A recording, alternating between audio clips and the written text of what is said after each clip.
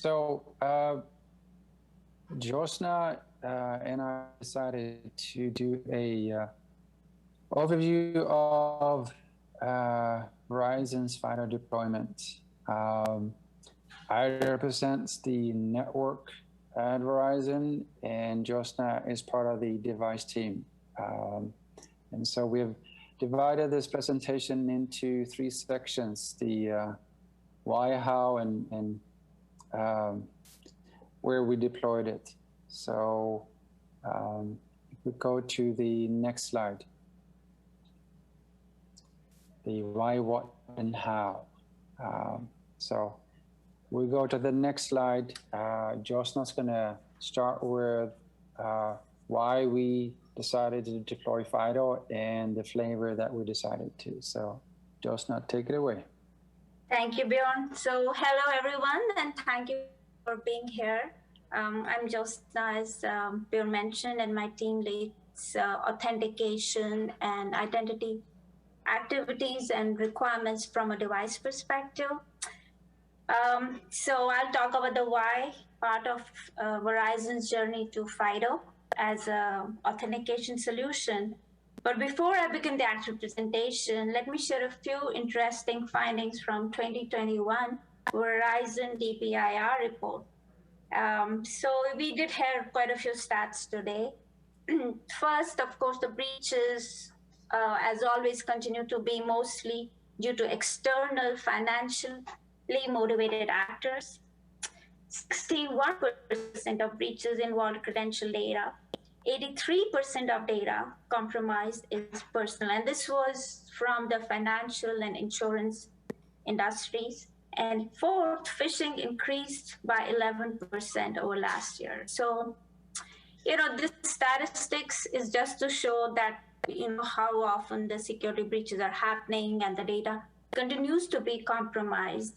And the key ask we get for our teams here is to have a best-in-class authentication solution. And that's one of the major motivations for our why aspects of journey to adopt FIDO.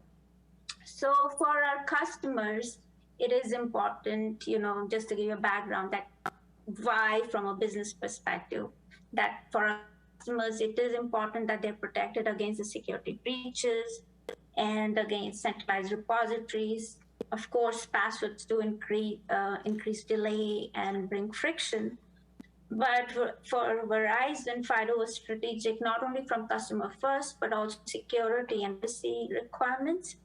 As well as, we get some business requirements that being able to support multi-channel, for example, have coverage across device ecosystem, and providing authentication assurance as needed. So what does FIDO bring from a technology perspective is, number one, like you see on my slide over here, is standards. Of course, being part of the device ecosystem, having a standard-based interoperable solution is key.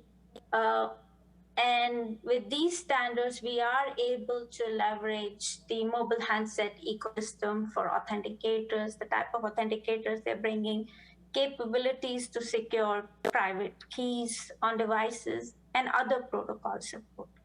The continuous work that FIDO is doing with, the working groups, liaison with other standards body, and ensuring that we have a secure and interoperable solution as our needs evolve is important.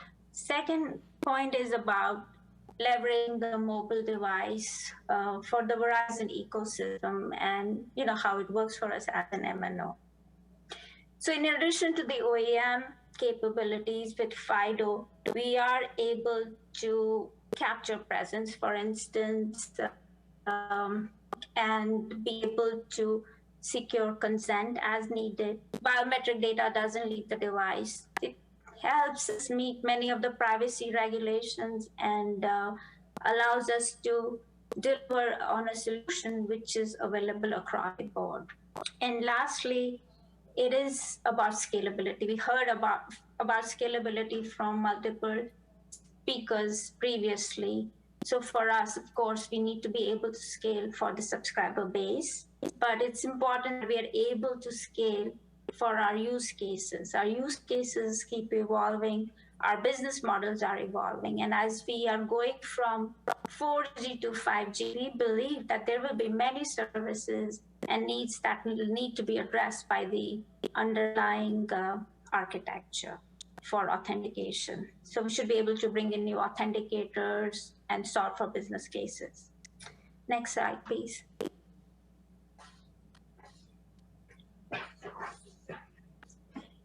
So this is to sum up why we chose UAF and what were some of the reasons that prompted us to go with the UAF architecture.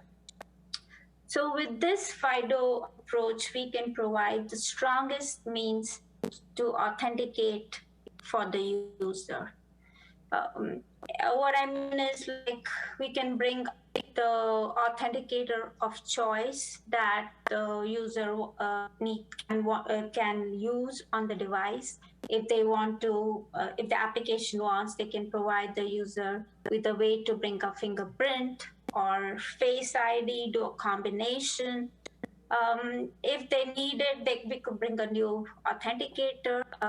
So we are able to bring new authenticators onto the device without requiring an software upgrade from the OEM, for example. An example that we will talk about later is Zenki. Zenki is able to use the biometric OEM authenticator and a PIN authenticator. So the applications do get control over UI and modality, which is much more. We are able to leverage device binding and silent capabilities along with the biometric indicators, providing a much stronger authentication capabilities. And of course, a key requirement, like I said, was we have to provide the applications with the ability to enable FIDO across the board on both Android and iOS ecosystems.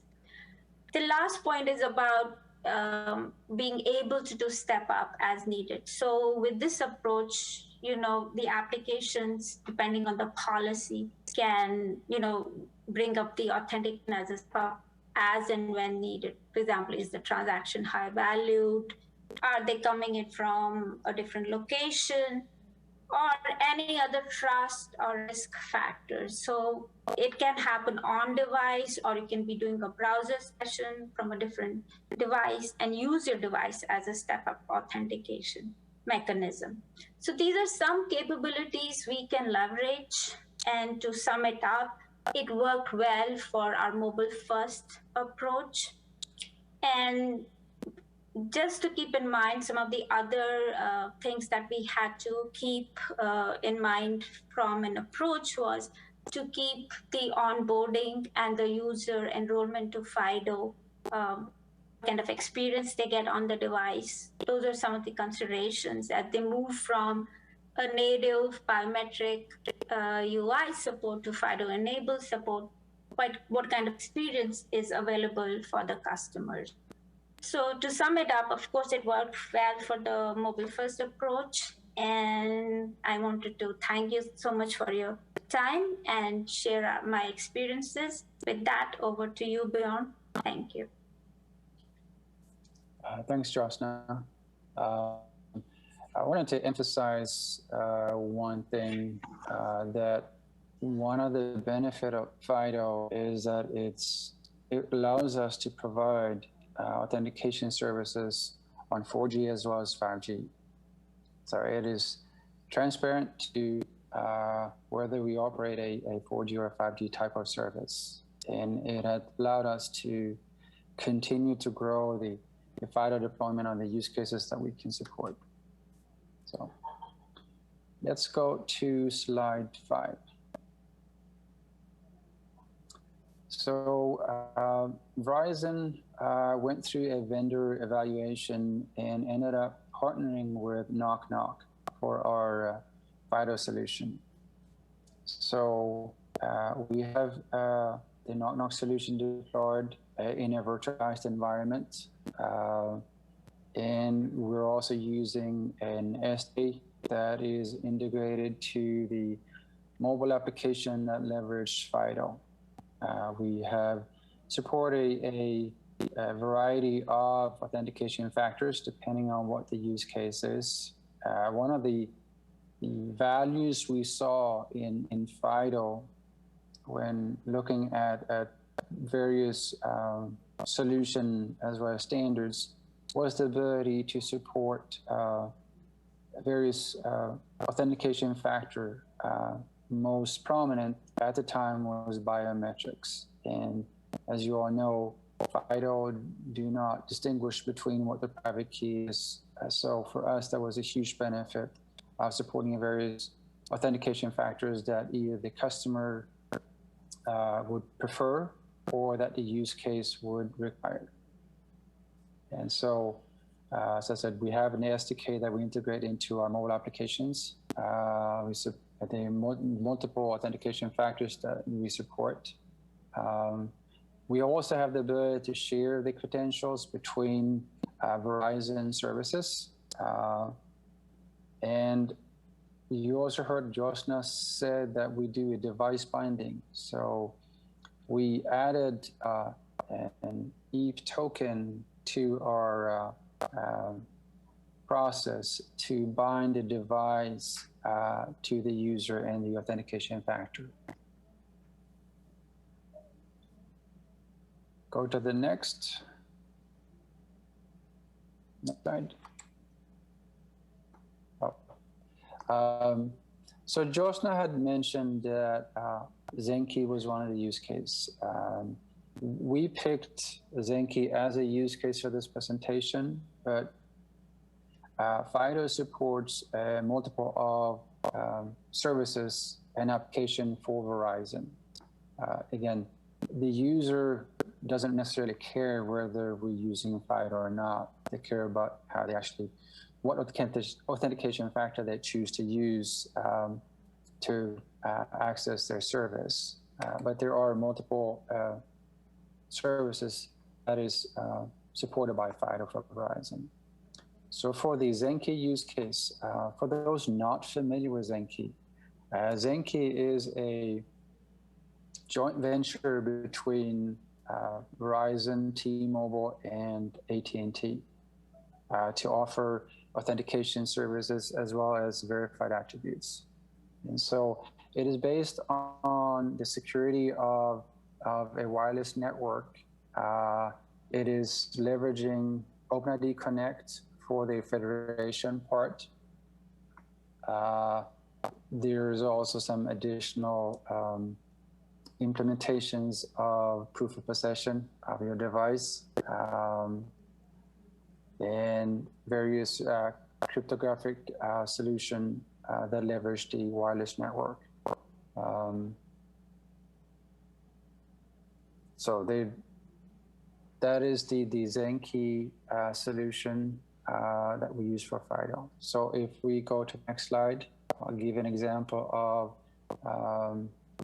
a user experience of Zenki experience using FIDO. So if a user wants to leverage Zenki, they first would have to download the application. And the journey starts with registering the app with Zenki, selecting the PIN for Zenki. So the Zenki app or the Zenki PIN is different from a Verizon PIN for your Verizon account or other services. And so for Verizon, you have a choice to authenticate using your My Verizon login, or you can use Zenki if you choose to. But the authentication factors are different for Zenki versus the Verizon services. After you have set up your Zenki account, we go into the FIDO implementation. So we go in and you can select your biometric authentication factor. So Zenki supports biometrics. And for Verizon, that means FIDO. And the user, again, can choose to do Face ID or fingerprints. So the server will indicate to the application what the options are, and that will be displayed to the user as they select what biometrics they would like to enroll for the Zenki service. So using Zenki, you would log in and you would have the Zenki pop up, and using the biometric that you have chosen to register with the FIDO to log into the account. Josna also mentioned the consent. So there's also a consent dashboard for the Zenki service that you manage your consent for what you share and how you share it.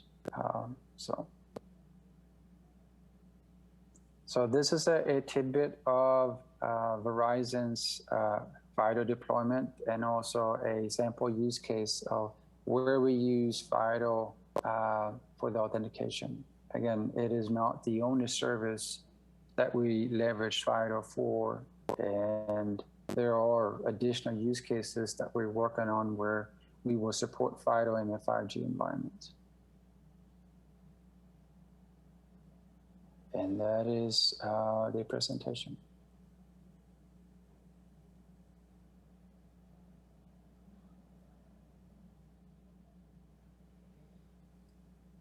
So Sam or whoever holds the mic, don't know if there's any questions for us or. Sorry about that. I just had to run to the mic. It's Megan Shamus. Thank you so much, Bjorn and Jessica. That is okay. Yeah, no. That is okay. I know you're probably wondering if anybody was here. We do have a full room. So we do have 2 mics set up. So if anyone has a question, you could either enter it into the app or step to the mic.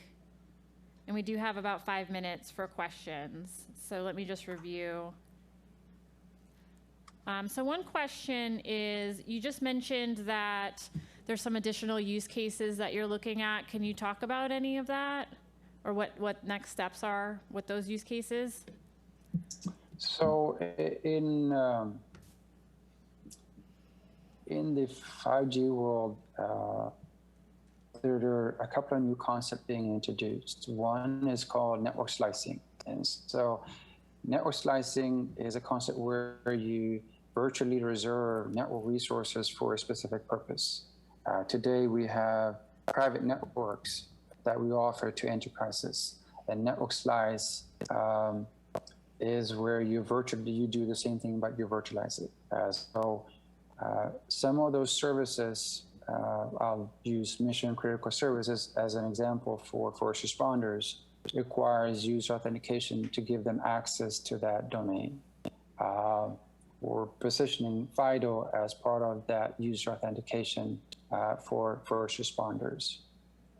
Another concept or architecture enhancements of 5G is allowed to have a distributed network. And so you have more intelligence in the edge of your network. There are use cases where using this edge architecture to require user authentication for either access to a service or validating that you have access to certain properties that is being managed by edge. And so that is where we're also going to leverage FIDO for the user authentication. Again, in the Verizon deployment, we have tightly coupled the FIDO authentication as well as our OpenID Connect implementation. So I don't know, Josna, if you wanted to add any additional use cases. I think those are good examples. And of course, it's important that we have the underlying capabilities, and we'll be able to leverage even the attestation capabilities of going from one device to another device. And it just opens up ability to do a lot of things differently. Especially with 5G, we'll see multiple new devices coming, different from smartphones and other types of devices. Thank you so much. So we do have a question in the room from Christian Brand. Oh, I'm famous. I don't even have to say my name. Hello. I would have put the question in the app, but I couldn't figure out how to do it. Okay. So I guess now I'll ask it here. So thanks for the presentation first off. This was great. I have a quick question though, and I think you started touching on it a little bit. How does identity proofing here work, or how does it work when I move from one device to another? I would assume I'll have to reestablish my Zenki identity on that new device, because, I mean, obviously, as we know, the biometric credentials won't be leaving the device and making its way over. So how does that initial identity proofing work? How do we make sure it's the same user so we can give them back their profile? I don't know if you want to talk to that, Josna. I think with Zenki, we are leveraging user authentication with our backend, with our Verizon systems. So it's Verizon authenticating for the initial identity proofing. We would want to be in a place where we can take, the old device, be able to address the user onto the new device so that, you make it easier for the enrollment process and have a much more passwordless approach. So those are some things to keep in mind for from a growth perspective, from going from one device to another device for upgrades or bringing in secondary device like your wearables or laptop or tablet enrollment, so that you're not relying on your username password. That's something that I would share. So I think the real question is about how do you manage account recovery? And so yes, if you drop your phone and it doesn't work, the FIDO credentials are obviously gone. Within Zenki, Zenki does not define the technology you use to what you deploy. It's how you support the requirements. They specify certain requirements. They specify the OpenID connect flows between the central point and each MNO. As it happens, not all members have deployed FIDO. So what happened is that we had to come to a least common denominator for how to manage the various implementation of Zenki. And so that means that you have options that you would select in terms of how you do your account recovery. Options include sending an email that you reestablish your account, and other options to come to point of sales. I would say that any of the Zenki options is the best user experience. And part of that has to do with that this is a collaboration between 3 operators and that have a little bit different implementations as well as back office. Thank you. We did have another question about account recovery from Libby. Did that address your question or? Okay, it did. So we do have a few more questions and we do have a little bit more time. I have a few questions in the app. Is there any more questions at the mic at the moment? Okay. So you mentioned a tight coupling between FIDO and OpenID. Can you elaborate on what you mean by that, Bjorn? So, the tight coupling in this case is that FIDO is for federal identity. FIDO is used as an authentication factor. It is not the only authentication factor that we leverage. So I'll use the mission critical services as an example where we use OpenID Connect for the initial authentication request, and based on whether the user has enrolled in register their FIDO, we would use FIDO Authenticator for the user authentication. There are other use cases where again, the authentication request comes in using Already Connect. And again, the purpose of the user authentication is to get access to a privileged domain. And for that, we use FIDO as well. And so it's more about how we marry the request to authenticate as well as the authentication method that we use. Because sometimes if the user is known, we recognize the device, we leverage the EAP credentials. For low-level assurance, we wouldn't require a FIDO authentication. But for higher assurance, the request would be to leverage FIDO. So the tight coupling is more about the use case and how the user journey starts for the user authentication. Okay, thank you. One more question. So on the user journey, after the setup with Zenki, what are the steps that the user has to take to authenticate in Verizon on web and mobile? Justin, do you want to take that? Because that's for how the My Verizon and the Zenki kind of interchange. Right. So for Zenki, once they're set up, they are set up to, they don't have to do anything for getting into My Verizon. Is that the question? Like, let me understand the question one more time. That they set up the Zenki first and then logging into yes, My exactly. Verizon? Right. So they've set up the Zenki, and what is their experience then with Verizon on the app and on mobile? So when they set up their Zenki, and if they didn't have their setup for My Verizon, they would first be prompted to set up for My Verizon and then get into Zenki. And the place where we're trying to be is like if we're in My Verizon, for example, in the desktop experience, we do allow now users to leverage their Zenki as an app. So, to authenticate the user. So I can, when I go to my desktop and log into My Verizon, I get an option either to do the password-based option or log in using Zenki. And when I do Zenki, I get like a notification and use my fingerprint or Face ID, whatever biometric I've set up, and I'm logged into My Verizon Mobile. So that would be the experience you would get. If you're already on your device, you're already set up for login using your biometric.